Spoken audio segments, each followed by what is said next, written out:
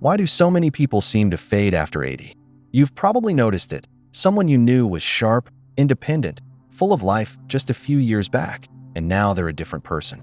Slower, quieter, maybe even confused. People often assume it's just genetics, like they hit some invisible wall in their DNA, or they chalk it up to bad luck. But that's only part of the story. In fact, there are lesser-known, often overlooked reasons why the body and mind begin to slip after 80, even in people who seem to be doing everything right. These aren't the usual things like poor diet or skipping exercise. They're more subtle, more hidden. But once you understand them, you can do something about them, whether you're 60, 70, or even 40 and planning ahead. In this video, we're going to unpack 5 unexpected reasons most people don't live well past 80, and how to guard yourself or your loved ones from slowly fading without even realizing it's happening. If you stick with me until the end, you might just walk away with a new way to think about aging, one that helps you stay sharper, longer, and live fuller in your later years. Let's begin with reason number 1, which flies under the radar for most people: the shrinking of social friction. Not the kind of friction that causes conflict, but the kind that keeps you present, alert, and engaged with others. As people get older, especially after 80, life tends to get quieter. There are fewer responsibilities, fewer surprises, fewer interruptions. That might sound peaceful, but it can also be dangerous. Because the brain thrives on contrast, interaction, and novelty, and when life becomes too quiet, too predictable, it stops getting the stimulation it needs to stay sharp. A big part of that comes from what I call social friction. Things like chatting with the cashier at the store, making small talk in the waiting room, navigating a busy sidewalk, or hearing someone knock at the door. These moments used to happen dozens of times a day, and they kept your brain firing. But now, groceries get delivered. Conversations are fewer. People stop calling as much. Even family visits might become less frequent. And so, the social world shrinks, and with it, so does cognitive engagement. I met a woman named Bernice, 87, who used to host bridge night at her home every Tuesday. It wasn't just about the cards. It was about the small arguments over rules, the inside jokes, the laughter that made her forget her arthritis for a few hours. But when a few members moved away and one passed, the group stopped meeting. That one change, over time, shifted her entire week. She said her house started to feel quiet, too quiet. Her doctor noticed she began to forget things she never used to. That's the thing. Social friction doesn't just pass the time, it sparks the brain. And without it, things start to dull. Not all at once, but slowly, subtly. So ask yourself, how many random, unscripted human moments are still happening in your week? If the answer is not many, then it might be time to gently nudge your world back open. Not in a big, overwhelming way, but even saying hello to the neighbor walking their dog, or choosing to stand in line at the store instead of ordering online. Those little things reintroduce friction, and friction keeps you present, alive. Now, reason number 2. It's something that masquerades as wisdom: the avoidance of physical strain. Most older people, especially past 80, become very cautious. And for good reason. Falls can be serious. Injuries take longer to heal. But here's the paradox. While being careful is smart, becoming overly cautious can quietly lead to rapid decline. The body isn't meant to sit still all day. It's designed for use. And when we start limiting our movements out of fear, even small ones, the body listens.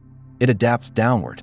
That means muscles weaken, balance falters, posture crumbles, and confidence shrinks. You start to feel fragile, not because you are, but because you've trained your body to behave that way by avoiding movement altogether. I once knew a retired bus driver named Harold. After a minor hip strain, he stopped walking his usual loop around the neighborhood. He said he didn't want to risk it. So he stayed inside, sat more, moved less. Within a few months, his ankles swelled, his back stiffened, and he started to need help getting up from chairs. But here's the thing, his hip had healed. What hadn't recovered was his willingness to move. That's when it hit me. He didn't get weaker because of the injury. He got weaker because of the fear. Now, I'm not saying ignore pain or skip precautions. Use support when you need to. Wear the right shoes. Take breaks. But don't let caution become a cage. Because when the body no longer feels useful, it stops trying. The more you challenge it, even gently, the more it rises to meet that challenge. And after 80, Those challenges might look like carrying a light basket, bending to water your plants, or stretching each morning for 5 minutes. It doesn't need to be dramatic. It just needs to be consistent. Now, reason number 3, and this one often flies completely under the radar: disrupted natural light exposure. We don't think about light as something our bodies need in the same way we think about food or water, but the truth is, your body is built around light. And after 80, your internal clock, the circadian rhythm that governs sleep, energy, digestion, mood, and even hormone levels, becomes incredibly sensitive to light cues. If you're not getting enough sunlight in the morning, and if you're surrounded by artificial light too late into the evening, your body starts to lose its rhythm. Here's what usually happens. Someone starts sleeping in more, maybe because there's no real reason to wake up early. They open the curtains later, or not at all. They stay inside, especially when it's cold out. At night, they leave the TV on for background noise, scroll through a tablet before bed, or keep the lights bright until midnight. None of this seems harmful, but these small choices scramble the body's timekeeping system. You wake up feeling tired, even if you've been in bed for 9 hours. You feel sleepy in the afternoon, but wired at night. Your mood dips. Your digestion slows. Your immune response weakens. And it's not because you're aging poorly. It's because your biological schedule has lost its anchor. I met a man named Lionel, 85, who kept saying he felt off. Not sick, just unbalanced. He napped during the day but couldn't sleep at night. He was grumpy in the mornings and barely had an appetite. It turned out his routine had shifted in small ways that he hadn't noticed. No more walks before breakfast. Watching movies late with all the lights on. Sitting away from windows. His doctor gave him one assignment: wake up at the same time every day, sit by a window, or go outside within the first hour, and dim all screens and lights by 9 p.m. 3 weeks later, Lionel said he felt like someone had pressed a reset button in his head. Light tells your body it's time to live. Darkness tells it it's time to heal. And if those signals get blurred, your systems don't shut down properly, and they don't boot up cleanly. So if you want to keep your mental clarity, your energy, and even your immune system intact well past 80, then treat light as a form of medicine. Morning light is like your body's alarm clock. Evening darkness is like your shutdown sequence.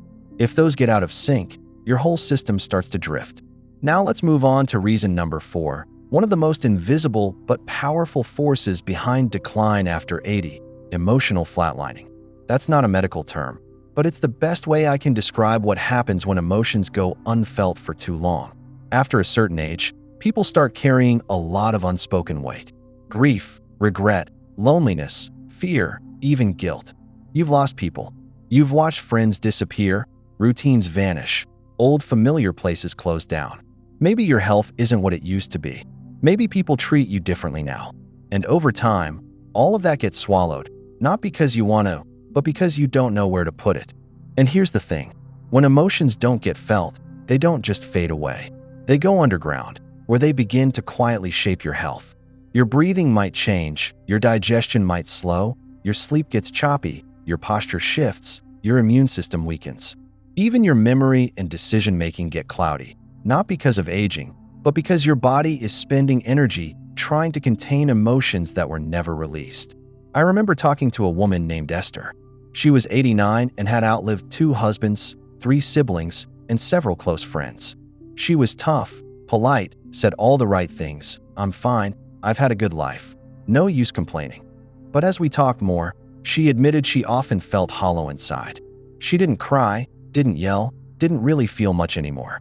Not because she had no feelings left, but because she was exhausted from holding them in. She said, "It's like I'm surviving on the outside, but shrinking on the inside." That phrase stuck with me. Here's the truth. Grief and sadness don't vanish with time. They just get quieter. And if you never make space for them, they start to crowd out everything else. People who thrive past 80 almost always have some kind of outlet. Maybe it's talking to a friend who really listens. Maybe it's writing thoughts in a notebook. Maybe it's prayer. Maybe it's even letting yourself cry while listening to music. Whatever the form, the act of expressing safely, regularly, is what keeps your emotional world alive. And that aliveness spreads. It shows up in how you speak, how you stand, how you connect with people. Because when the heart can breathe, the body tends to follow. So if you felt like you're numb or drifting, or just not yourself lately, consider this. It might not be your age. It might be your feelings, waiting to be acknowledged. Don't bottle it up until it becomes your baseline. Make space to feel what needs to be felt. That's not weakness. That's survival. Now we come to reason number 5, and this one might be the most invisible of all: the gradual fading of daily purpose. Not your life's purpose, not some big grand mission, but the small, everyday kind. The purpose that makes you get out of bed in the morning because you have something to do, somewhere to go, someone to check on. When that kind of purpose starts to disappear, it doesn't make a loud noise. It doesn't announce itself. It just slowly erodes your sense of direction until days start to blend together and you no longer feel anchored. Here's how it happens. Maybe you used to babysit your grandkids every Friday, but now they've grown up. Maybe you helped organize events at your local community center, but someone else took over. Maybe you used to be the one who made sure the garden was watered, the porch swept, the mail sorted, but now others do it for you, thinking they're helping. And they mean well, but what they don't see is that by removing the small tasks, they're also removing your reason to move, to think, to engage. I once met a man named Carl. He was 90, quiet, didn't say much when we first met. His son told me Carl mostly sat in his recliner watching the Weather Channel day after day. But I found out something interesting. Carl used to build model ships. Not big ones, just small, wooden models he'd carve and paint by hand. He stopped about a year earlier, after his eyesight started to slip and his fingers got a little stiffer. When I asked if he missed it, he said, "I miss having something to do that was mine." That sentence hit me hard. You see, purpose isn't always loud. Sometimes it's as quiet as a morning routine, a project in progress, a person to check in on, or even a story you're writing just for yourself. And when that thread of purpose is lost, the body notices. Appetite drops, energy drops, motivation disappears. But when purpose returns, even in a small way, something comes back to life. People who live well past 80 usually have something they do regularly that gives their days shape. Maybe they tend to a plant. Maybe they fold origami or write letters or feed the same squirrel outside their window every morning. It sounds simple, even silly, but it's not. It's structure, it's meaning, and the body stays alive as long as it believes it's needed. There was a woman I met named Dorothy, 86. She lived alone, had arthritis in both hands, and said she felt worn down by time. But every Thursday, she made soup. Enough for herself and 2 containers she'd send to her neighbor and the school janitor down the street. That's it. But she told me that simple act, cooking, stirring, ladling, delivering, made her feel useful, like she still had something to offer. And that feeling? That's what keeps people going. Not big dreams, just small duties that feel meaningful. If you found yourself wondering why you feel off lately, like your days have no color or shape, ask yourself, what's the first thing I look forward to each day? If the answer is nothing, don't panic, but don't ignore it either. That's your mind asking for purpose again. Give it something to hold on to, something that repeats, something you can rely on, even if no one else is watching. Purpose is what makes the heartbeat feel like more than just survival. It gives rhythm to your days and oxygen to your mind. So now, we've covered the 5 unexpected reasons most people begin to fade after 80. Let's take a moment to bring it all together. First, the quiet loss of social friction. The small, everyday interactions that used to keep your brain engaged and your world connected. Second, overcautious inactivity. The slow withdrawal from physical effort that weakens not just your body, but your confidence in it. Third, disrupted light rhythms. How a lack of sunlight and too much artificial light confuse your biological clock and drain your energy. Fourth, emotional flatlining. The accumulation of unspoken feelings that weigh down your spirit and affect your health from the inside out. And fifth, the slow erosion of daily purpose. The invisible loss of meaning that causes your days to lose structure and your body to stop trying.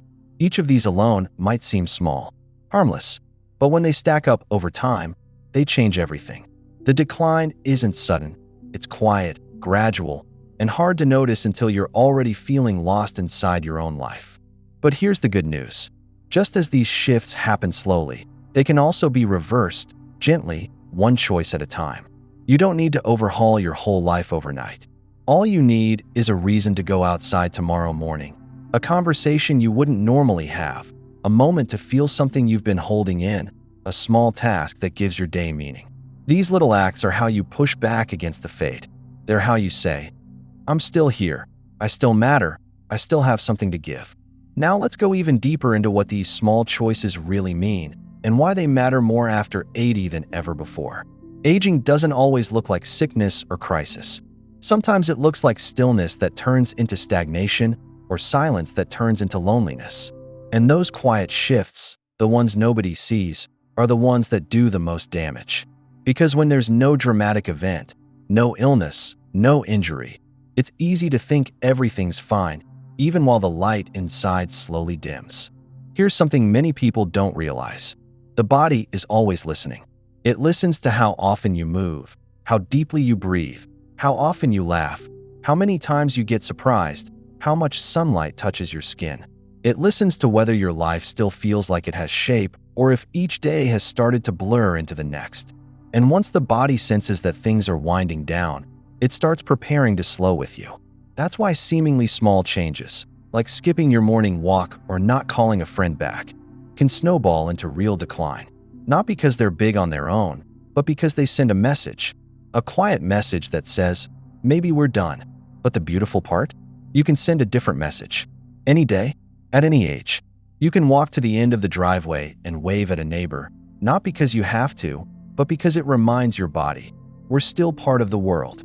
You can stretch your arms over your head in the morning and breathe deeply, even if it's only for 30 seconds, and your body hears that as, we're still in motion.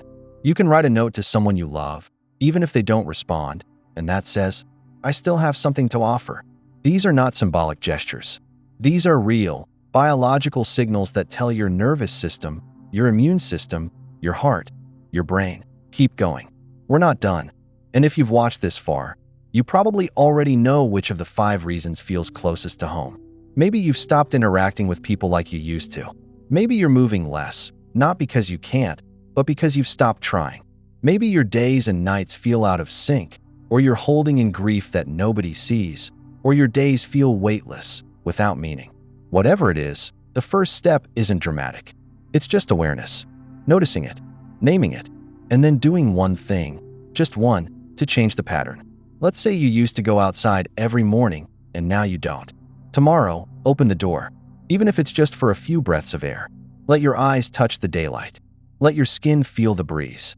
If you've been avoiding movement, start with a simple stretch in your chair. Reach for something overhead. Lift your knees while seated. Tell your muscles, I remember you. If you felt emotionally flat, write down one sentence, just one, that says how you really feel. You don't need to share it. Just write it down and breathe with it. That's movement, too. Emotional movement. And it matters. Or maybe your days feel hollow, like nothing's waiting for you. Find one small task. Feed the birds. Water a plant. Check in on someone. Read a chapter of a book out loud to yourself. It doesn't have to be special. It just has to give your day shape. Because once your day has shape, your week starts to take form. And once your week has meaning, your life starts to feel like it's still unfolding, not just winding down. There's one more story I want to share. I once visited a man named Alton, age 92. He lived alone in a modest apartment, walked slowly with a cane, and had some trouble hearing. But there was something different about him, his energy. He looked alive behind the eyes. Curious. When I asked him what kept him going, he didn't hesitate. He said, I have breakfast with my memories, lunch with the news, and dinner with tomorrow's plans. I asked what that meant. He said every morning, he spends 5 minutes remembering something good. His first car, the day he met his wife, the first time he saw the ocean. At lunch, he reads headlines out loud so he stays connected to the world. And each night, he makes one tiny plan for the next day. Even if it's just folding laundry or calling his nephew. That's it. But it works. Because Alton has given each part of his day a reason to exist. That's what it comes down to. Living after 80 isn't just about avoiding disease or surviving each day. It's about choosing, moment by moment, to stay connected. To the world. To your body. To your emotions. To your future. Even a small future, just tomorrow, can keep the flame alive. So now we've reached the end of our journey. But really, this is just the beginning. For you, for your habits, for how you think about aging going forward. Because what we've explored in this video isn't a list of medical problems or warning signs. It's something more subtle, more powerful. It's a lens, a way of seeing what really causes people to fade after 80, and more importantly, how to stop that fading before it takes root. Let's go back one last time and remember what we've learned. First, we talked about the loss of social friction, those brief, random interactions that used to keep your brain stimulated and your spirit connected. Without them, life starts to feel flat and disconnected. But you can bring them back simply by choosing to engage with the world one small moment at a time. Then, we looked at overcautious inactivity, the way fear of falling or hurting yourself can lead to doing less, which slowly makes the body weaker. But the truth is, the body doesn't fall apart from use. It falls apart from neglect. Movement, even slow and careful movement, is what keeps everything working. Next, we explored disrupted light rhythms, how your body depends on sunlight to regulate everything from sleep to mood to immune function. When you stop getting real light during the day and drown in artificial light at night, your systems get confused. But with just a little awareness and a few small shifts, your rhythm can be restored. We also talked about emotional flatlining, how years of unspoken grief and swallowed sadness can take a toll on your health, your energy, and your sense of aliveness. But feelings are meant to move, not be buried. Letting yourself express what's real, even in quiet, private ways, can open up your heart and give your body the space to breathe again. And finally, we explored the loss of daily purpose, the way life can begin to feel weightless when you no longer feel needed. But meaning doesn't have to come from a career or a title or a family role. It can come from feeding a bird, writing a letter, planning your next day. What matters is that you still feel like you belong to the world around you. And now that you know these 5 things, you have a kind of roadmap, not just to live longer, but to live better, to keep the light on inside, even when the world around you starts to slow down. Because here's the truth, most people don't fade after 80 because of one big moment. They fade because of a slow collection of quiet decisions, the ones that seem too small to matter at the time. Skipping a walk, avoiding a phone call, leaving the blinds closed, putting off that one task, staying silent when something hurts. Over time, these choices create a pattern, and that pattern becomes a new normal. But just as that pattern forms slowly, it can also be unmade slowly. That's the power you have. You don't need a big breakthrough. You don't need to reverse time. You just need to move in the other direction. One small action, one choice today that says, I still matter. One interaction that reminds your nervous system you're still part of something. One breath of fresh air that tells your brain it's still time to grow. So take a moment now and ask yourself, of the 5 reasons we explored, which one felt the most personal? Which one hit a nerve or sounded a little too familiar? And more importantly, what's one small thing you can do today to push back against that pattern? Not tomorrow, not next week, today. Maybe it's reaching out to someone. Maybe it's stepping outside for sunlight. Maybe it's writing something down that you haven't said out loud. Maybe it's picking up a routine you used to love. Whatever it is, let that be your new starting point. Aging is not the enemy. Disconnection is. Disengagement is. The quiet fading of things that once made you feel alive, that's what you need to watch for.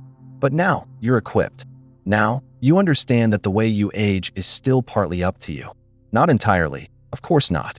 There will be aches and limitations and realities you can't control. But within that space, you still have freedom. The freedom to choose connection over isolation, movement over stillness, rhythm over chaos, and meaning over emptiness. So wherever you are right now, in whatever condition, know this. The best way to stay alive is to keep acting like you're alive. Engage, move, feel, contribute, adapt. Wake up each day not just to count another sunrise, but to add shape to your time, warmth to your heart, and purpose to your presence. You have more power than you think, not to stop aging, but to change the way you age. Thank you for spending your time with us today. If something in this video sparked a thought or stirred something in you, we'd love to hear it. What resonated most? What are you going to try? Share your thoughts in the comments below. It helps others feel less alone, and your voice might be the spark someone else needs to keep going. If you found this helpful, consider subscribing and joining us here at SageGrains. We're building a space for honest, uplifting, and useful conversations about life, aging, and everything in between. We'll see you in the next video.